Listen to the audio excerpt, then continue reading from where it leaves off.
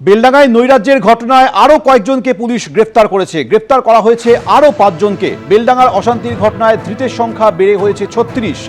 ধৃত 5 জনের মধ্যে 3 জনকে হেফাজতে চায় পুলিশ। আপনাদের মনে আছে, পরপর দুদিন বেলডাঙ্গায় তাণ্ডব চলে।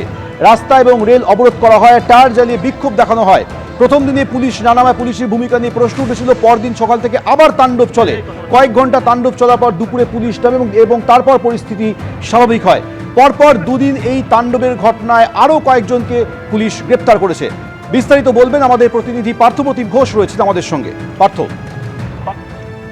দেখো, তুমি জানো যে বেলডাঙ্গায় পরপর দুদিন যে অশান্তি হয়ে ওঠে এবং তার পরবর্তীকালে গত শনিবার দিন বেলডাঙ্গার বড়ুয়া মোড়ে যে পরিবেশ তৈরি হয়েছিল, সেই ঘটনায় কিন্তু পুলিশ আরো 5 জনকে গ্রেপ্তার করেছে এবং এক্ষেত্রে গ্রেপ্তারের সংখ্যা জানালো সেটা হচ্ছে 36, কারণ গতকাল পর্যন্ত 31 জনকে পুলিশ গ্রেপ্তার করেছিল এবং এই 5 জনের মধ্যে 3 জনকে পুলিশ কিন্তু নিজেদের হেফাজতে চেয়ে আজকে আবেদন জানাতে চলেছে এবং তাদের প্রত্যেকের কি কি ভূমিকা ছিল সেই মতো পুলিশের তরফ থেকে ছবি প্রকাশ করা হয়েছে যে গন্ডগোলের সময় তাদের উপস্থিতি এবং তাদের ভূমিকা, এবং সেই বিষয়টা বড়ুয়া মোড়ে যে তাণ্ডব করেছিল তারা, সেই ছবি একবারে প্রকাশ করে তারপরে কিন্তু সেই ছবি দেখে গ্রেপ্তার।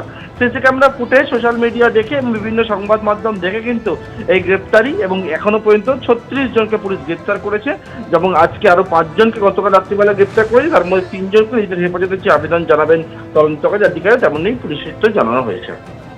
পার্থপ্রতিম, ধন্যবাদ।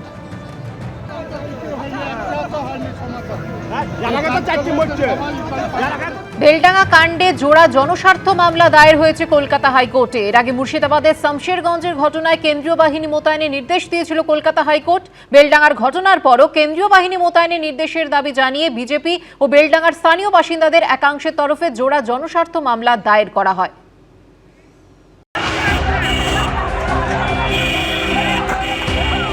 বিক্ষোভের নামে বেলাগাম তাণ্ডব গুন্ডামি, নৈরাজ্যের আগুনে পরপর দুদিন জ্বলেছে মুর্শিদাবাদের বেলডাঙ্গা। আক্রান্ত হয়েছে সংবাদ মাধ্যম। এবার সেই অশান্তির জলই গড়ালো কলকাতা হাইকোর্টে। বেলডাঙ্গা কাণ্ডে এবার জোড়া জনস্বার্থ মামলা দায়ের হলো। এর আগে মুর্শিদাবাদের শামশেরগঞ্জের ঘটনায় কেন্দ্রীয় বাহিনী মোতায়েনের নির্দেশ দিয়েছিল কলকাতা হাইকোর্ট। বেলডাঙ্গার ঘটনার পরও কেন্দ্রীয় বাহিনী মোতায়েনের নির্দেশের দাবি জানিয়ে বিজেপি ও বেলডাঙ্গার স্থানীয় বাসিন্দাদের একাংশের তরফে জোড়া জনস্বার্থ মামলা দায়ের করা হলো। মামলা দায়েরের অনুমতি দিয়েছে হাইকোর্টের প্রধান বিচারপতি সুজয় পালের ডিভিশন বেঞ্চ। গত শনিবার বেলডাঙ্গায় কেন্দ্রীয় বাহিনী মোতায়েনের দাবি জানিয়ে রাজ্যপালকে চিঠি লেখেন শুভেন্দু অধিকারী। সেই চিঠিতে মুর্শিদাবাদের শামশেরগঞ্জে দাঙ্গার প্রসঙ্গ তুলে ধরেছিলেন বিরোধী দলনেতা। সোমবারের আবেদনেও একই নির্দেশের আর্জি জানিয়েছেন আবেদনকারীরা। মঙ্গলবার এই মামলার শুনানি হবে। যে ঘটনা ঘটল তা লাগিয়েছে মমতা ব্যানার্জি, আগুনে ঘি ঢেলেছে মমতা ব্যানার্জি, আগুনকে সংরক্ষিত করেছে মমতা ব্যানার্জি। অতএব পুলিশ মন্ত্রী নিজে আগুন জ্বালাচ্ছেন, তো পুলিশ কি করবে? নির্বাক দর্শক হয়ে থাকবে। তারা বিরোধীরা যারা বলছে এইটুকুটা টুক করে তুলে একটা ঘাড়ে কিছু দোষ চাপিয়ে দেওয়া, ওই কিছু বললে ওটা আমার নয়, বিচলিত করতে পারে, এরকম একটা ব্যাপার, সেটাই দেখছি। অন্যদিকে বেলডাঙ্গায় অশান্তির ঘটনায় এবার থানার মধ্যে ব্যবসায়ী সমিতির সঙ্গে বৈঠকে বসল পুলিশ। বেলডাঙ্গায় ব্যবসা সমিতির লোকজন মিলে একটা সিদ্ধান্ত নিই, আমরা কোনোরকম কোনো করতে দেবো না। এই বার্তাটা দিতে হবে এবং আমি নিজে গিয়েছিলাম এবং জোরে দিতে হবে, লাইভ জোরে বার্তা দিতে হবে। কোনোরকম কোনো অবরোধ বা কোনো ই হয় 1 মিনিটের জন্য যদি রাস্তা বন্ধ করার চেষ্টা করে আমরা পিটিয়ে তুলে দেবো। মানে এরকম উশৃঙ্খলতা বরদাস্ত করা যায় না। বেলডাঙ্গায় অশান্তির ঘটনায় আরও একজনকে গ্রেপ্তার করা হয়েছে। এই নিয়ে গ্রেপ্তারের সংখ্যা বেড়ে হলো 31। বাকি অভিযুক্তের খোঁজে একাধিক সিসি ক্যামেরা ফুটেজ ও সোশ্যাল মিডিয়াতেও কড়া নজর রাখছে পুলিশ। অন্যদিকে সোমবার বেলডাঙ্গা স্টেশনে আসেন বিএসএফ এর এক অফিসার। বেলডাঙ্গার পরিস্থিতি নিয়ে আরপিএফ এর সঙ্গে বৈঠকে বসেন তিনি। সৌভিক মজুমদার ও পার্থপ্রতিম ঘোষের রিপোর্ট, এবিপি আনন্দ। আসছি পরের খবরে। এসআইআর নিয়ে সুপ্রিম কোর্টে ধাক্কা খেয়েছে নির্বাচন কমিশন। বহু সাধারণ মানুষের উদ্বেগ দূর করে গতকাল সুপ্রিম কোর্ট জানিয়ে দিয়েছে শুনানিতে প্রামাণ্য নথি হিসেবে নিতে হবে মাধ্যমিকের অ্যাডমিট কার্ড। সেই সঙ্গে সর্বোচ্চ আদালত এটাও স্পষ্ট করে দিয়েছে কোনো ভোটার চাইলে শুনানিতে একজনকে নিয়ে যেতে পারবেন, তিনি বিএলএ হলেও আপত্তি নেই। এসআইআর নিয়ে সুপ্রিম কোর্টে পরপর ধাক্কা খেল নির্বাচন কমিশন। অন্যদিকে আইন শৃঙ্খলা প্রসঙ্গে রাজ্য সরকারকেও দায়িত্ব মনে করিয়ে দিল সুপ্রিম কোর্ট। সেই সঙ্গে বহু সাধারণ মানুষের উদ্বেগ দূর করে সুপ্রিম কোর্টের প্রধান বিচারপতি সূর্যকান্ত, বিচারপতি দীপঙ্কর দত্ত এবং বিচারপতি জয়মাল্য বাগচির বেঞ্চ সোমবার জানিয়ে দিয়েছে শুনানিতে প্রামাণ্য নথি হিসেবে নিতে হবে মাধ্যমিকের অ্যাডমিট কার্ড। তাদের যে বিবেচনাধীন ক্ষমতা ছিল সেটাকে খামখেয়ালিপনার জায়গায় নিয়ে গেছিল ইলেকশন কমিশন। মাধ্যমিক পরীক্ষার অ্যাডমিট কার্ডকে মান্যতা দেওয়া হতো জন্ম তারিখ নির্ধারণের ক্ষেত্রে। শুধু সার্টিফিকেট কথাটা বলার জন্যে লাখ লাখ মানুষ তারা বাদ হয়ে যাচ্ছিল। এই যে খামখেয়ালিপনা, এটা সাংবিধানিক ক্ষমতার দ্বারা সুপ্রিম কোর্ট সীমায়িত করলো। এর আগেই আবেদন জানানো হয়েছিল যাতে এসআইআর এর ক্ষেত্রে মাধ্যমিকের অ্যাডমিট কার্ডকে নথি হিসেবে বিবেচনা করা হয়, কিন্তু সেই আবেদন নাকচ করে দেয় নির্বাচন কমিশন। তাদের বক্তব্য ছিল মাধ্যমিকের অ্যাডমিট কার্ডকে বৈধ নথি হিসেবে অনুমোদন করা সম্ভব নয়। সোমবার সুপ্রিম কোর্ট জানিয়ে দিল শুনানিতে অ্যাডমিট কার্ড প্রামাণ্য নথি হিসেবে নিতে হবে। কোন নথি কখন নেবেন, কেন নেবেন বা কেন নেবেন না সেটা নির্বাচন কমিশন বুঝবেন, কিন্তু ভোটার তালিকা ত্রুটিপূর্ণ হলে শেষ দিন অবধি এসআইআর চলবে। আমরা চিঠি দিয়েছিলাম নিজে যে মাধ্যমিকের অ্যাডমিট কার্ড গ্রহণ করা হোক, তারা করেনি। আজকে সে ডাইরেকশনে এলো, তার মানে নির্বাচন কমিশন যে বায়াস, তারা ইম্পার্শিয়াল নয়, এটা বোঝা গেল। সেই সঙ্গে সুপ্রিম কোর্ট এটাও স্পষ্ট জানিয়ে দিয়েছে কোনো ভোটার চাইলে শুনানিতে একজনকে নিয়ে যেতে পারেন, আত্মীয়, বন্ধু, প্রতিবেশী, এমনকি বিএলএদেরও সাহায্য নেওয়া যেতে পারে। ওরাল আর্গুমেন্ট চলাকালীন আমি যতটুকু শুনেছি, বিচারপতিরাও বলেছেন বিএলএ টুরা হিয়ারিং এ থাকবে।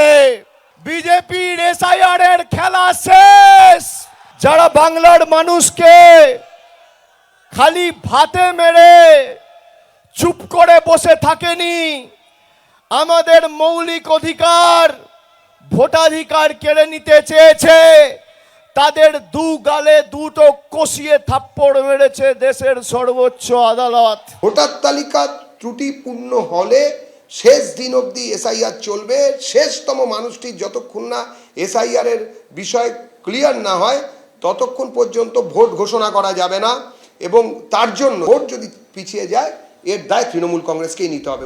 স্বচ্ছ ভোটার তালিকার জন্য এসআইআর প্রয়োজন, কিন্তু ঘন ঘন নির্দেশ বদল, সাধারণ মানুষের হয়রানি, সুপ্রিম কোর্টের ধাক্কা, এসআইআর প্রক্রিয়ায় বারবার প্রশ্নের মুখে পড়েছে নির্বাচন কমিশনের ভূমিকা। শেষ অবধি ভোটার তালিকা কতটা স্বচ্ছ সেটা বোঝা যাবে চূড়ান্ত তালিকা প্রকাশের পরই। দীপক ঘোষ, সমীরণ পাল ও সুদীপ্ত আচার্যর রিপোর্ট, এবিপি আনন্দ। শুনানিতে প্রামাণ্য নথি হিসেবে নিতে হবে মাধ্যমিকের অ্যাডমিট কার্ড, এই দাবি আমরাই প্রথম তুলেছিলাম। ঘণ্টাখানেক সঙ্গে সমান অনুষ্ঠানে এসে মন্তব্য সিপিএম নেতা কৌস্তব চট্টোপাধ্যায়ের। আনপ্ল্যান্ড এসআইআর, প্রতিদিন নতুন নতুন নিয়ম, নতুন নতুন সার্কুলার, এবং সেটা হোয়াটসঅ্যাপের মাধ্যমে। ইডি খানিকটা সবুজ ফাইলটা বেছে দিয়ে দিদিকে সাহায্য করে দিল, আর বেনজির ফাউল করে মানুষকে হয়রানি করে দিদিকে ইলেকশন কমিশন সুবিধা করে দিচ্ছে।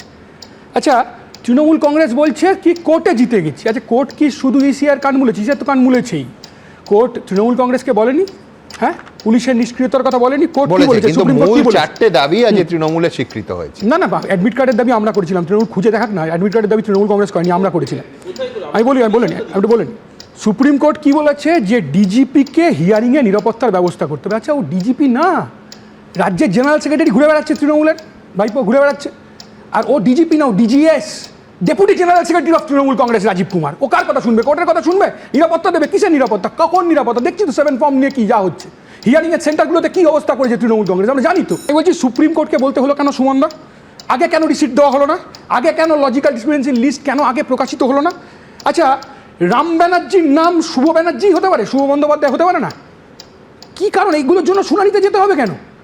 রাজ্যের নির্বাচন কমিশনের অফিসাররা, আমি বলছি ইসিআই এতদিন একবারও বলেনি তো রাজ্যের নির্বাচন কমিশনের অফিসাররা অসহযোগিতা করেছে, একটা এফআইআর নেই, একটা অভিযোগ নেই। আজকে কি বলছেন বিজেপির নেতারা আমি বুঝতে পারছি না। কিন্তু একথা ঠিক সুমনদা, টেকনিক্যাল প্রশ্নে মানুষ বলেছে যে আপনারা যা স্ক্যান করছেন বিএলওদের, আপনারা টেক্সট ফর্মে স্ক্যান করছেন না, আপনারা ইমেজ ফর্মে স্ক্যান করছেন। এবং সুমনদা, গন্ডগোলের মূল সূত্র হচ্ছে টেক্সট ফর্মে স্ক্যান না করে ইমেজ ফর্মে স্ক্যান করাতে হার্ড কপি মিলছে, কিন্তু সফট কপি মিলছে না। আর সফট কপি মিলছে না বলে ব্যাপকভাবে সাধারণ মানুষ, গরিব মানুষ, বয়স্ক মানুষ তাদের হয়রানির শিকার হতে হয়েছে। এবিপি আনন্দ, এগিয়ে থাকে, এগিয়ে রাখে।